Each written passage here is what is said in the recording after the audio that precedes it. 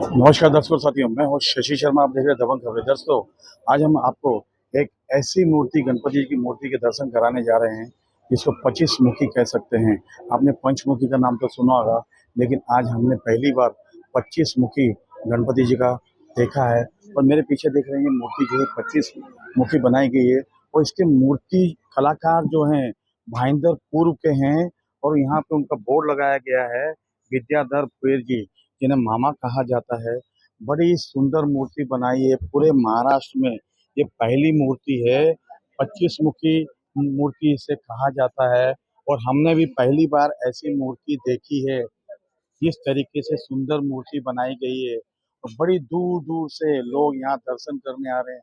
Social media में जब इस मूर्ति को वायरल किया गया तो इसको तकरीबन नहीं तो 8 करोड़ से ज्यादा लाइक्स मिले हैं। मतलब 8 करोड़ लोगों ने इसका दर्शन का लाभ लिया है। मुंबई से लेकर कई जगहों से लोग यहाँ पर आकर इसका दर्शन कर चुके हैं। हजारों लोग दर्शन कर चुके हैं। आज हम इस मंडल में, देवचंद नगर के मंडल में मौजूद हैं। और यहाँ पे जानते हैं यहाँ की जो स्थानीय नगर सेविका है सुनीता सुनीता जी, उनसे जानते हैं सुनीता जैन जी से क्या कहना चाहेंगी और क्या प्रकाश डालें, किस तरह से मूर्ति की यहाँ पे इन्होंने इस मंडल के जो पदाधिकारी उनकी सोच दी कि इस बार 25 वर्ष हो गए हैं तो क्यों ना हम 25 मुखी गणपति जी की स्थापना करें और इसका लाभ पूरे मीरा भाईंदर वासियों को दें। आइए जानते हैं सुनीता जैन जी से। क्या कहेंगी मैडम, इतनी सुंदर भव्य आलीशान मूर्ति मैंने भी अपनी लाइफ में पहली बार देखी है।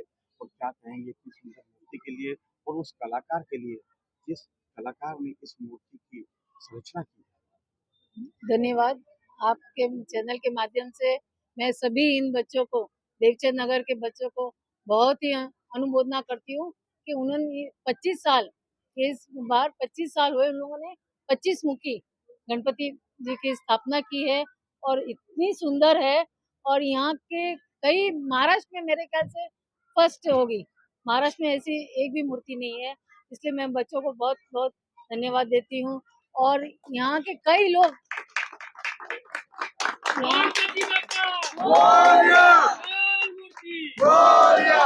मुंबई से कहीं कई जगह से यहाँ पर सब दर्शन के लिए आते हैं और सभी को इतना आनंद आता है हमें कि कुछ शब्द भी मेरे लिए कम पड़ते हैं। मैडम जी देखिए, विघ्नहर्ता कहा जाता है और कल इनका विसर्जन होगा। और कल 10वां दिन है, अनंत चतुर्थी का दिन है और कल इनका विसर्जन होगा। तो इतने प्यार से इस मूर्ति को बनाया गया है, तो कल इनका विसर्जन करते वक्त आपके क्या भाव होगा? मैं इनके विसर्जन के लिए तो मेरे आंख में भी आंसू आ जाएंगे।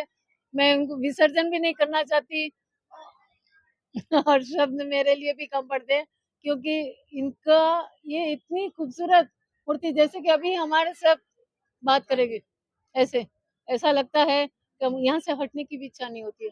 और विसर्जन कैसे करें हम लोग, बहुत देखिए, प्रथा है हिंदुस्तान की कि गणपति बापा जी 10 दिन 11 दिन के आते हैं। इस बार 10 दिन के गणपति हैं।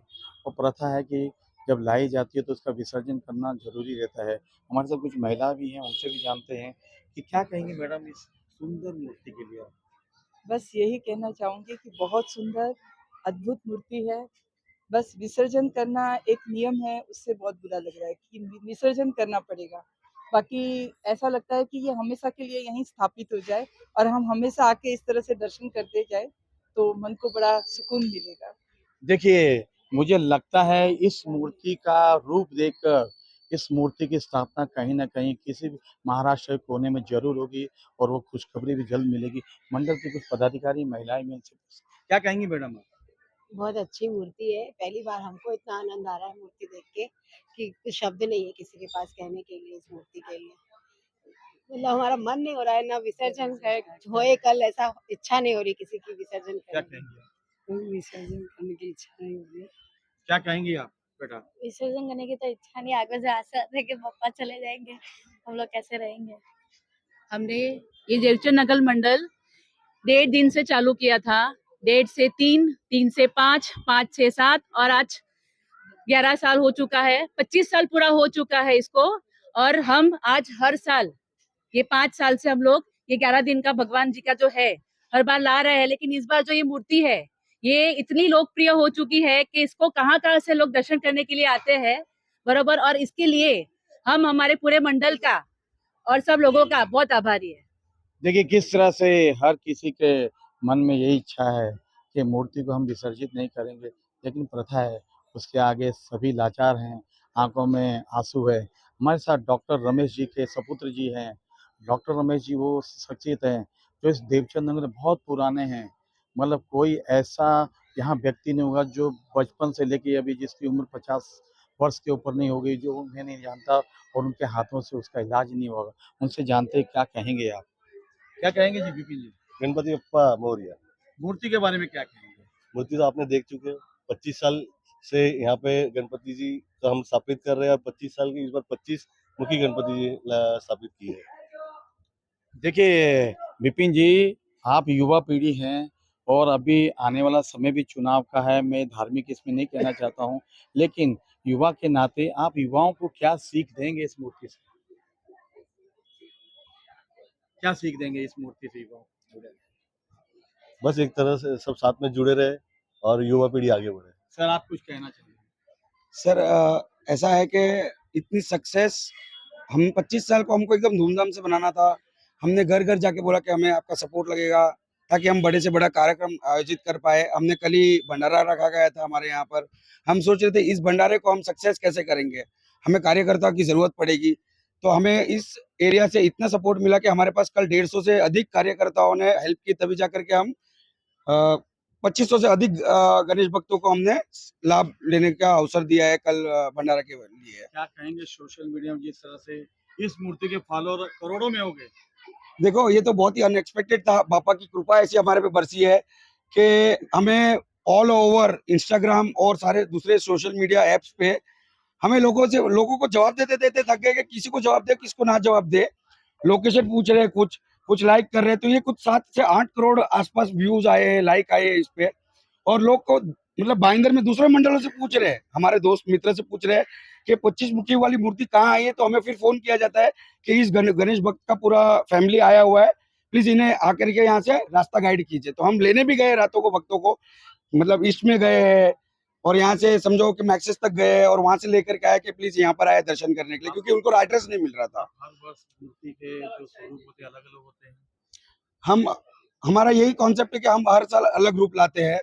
हमारा आने वाले सालों में भी मैं सारे भक्तों से यही विनती करना चाहूंगा कि आपने इस तरह जैसे इस साल जैसे आप दर्शन के लिए लाइन लगा करके खड़े थे, आप अगले साल भी आए और हमारे कॉन्सेप्ट मूर्ति का दर्शन कीजिएगा। देखिए किस तरह से इन्होंने कहा, मंडल के पदाधिकारी हैं, युवा है, युवा जोश है और इनके मन में ये मतलब उन्होंने प्रण लिया है कि अगले वर्ष इससे भी कहीं बेहतरीन मूर्ति बनाएंगे। लेकिन ये मूर्ति जो है अपने आप में बड़ी अद्भुत मूर्ति है और इस मूर्ति को देखकर ऐसा लगता है कि इस मूर्ति की स्थापना कहीं ना कहीं होनी चाहिए। जिस तरीके से ये 25 मुखी गणपति जी महाराज यहाँ पे स्थापित हुए हैं और आज के दिन दिखा रहा हूँ मैं आपको 56 भोग। 56 भोग किसे कहा जाता है? इसे कहते हैं 56 भोग। मतलब विघ्नहर्ता के लिए 56 भोग का प्रसाद आज यहाँ पे लगाया गया है। मतलब कितनी श्रद्धा है, श्रद्धा भाव है इस मंडल में और सारे के सारे यहाँ पे युवा हैं। छोटा बचपन से लेके बचपन देखा है और इन्होंने और यहाँ पर 25 वर्ष पूर्ण किए हैं।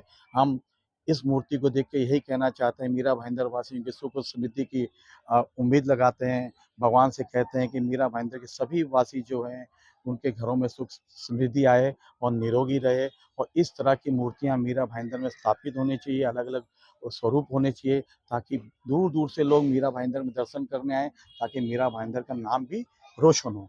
कैमरामैन प्रभान मीना के साथ शशि शर्मा। गणपति बप्पा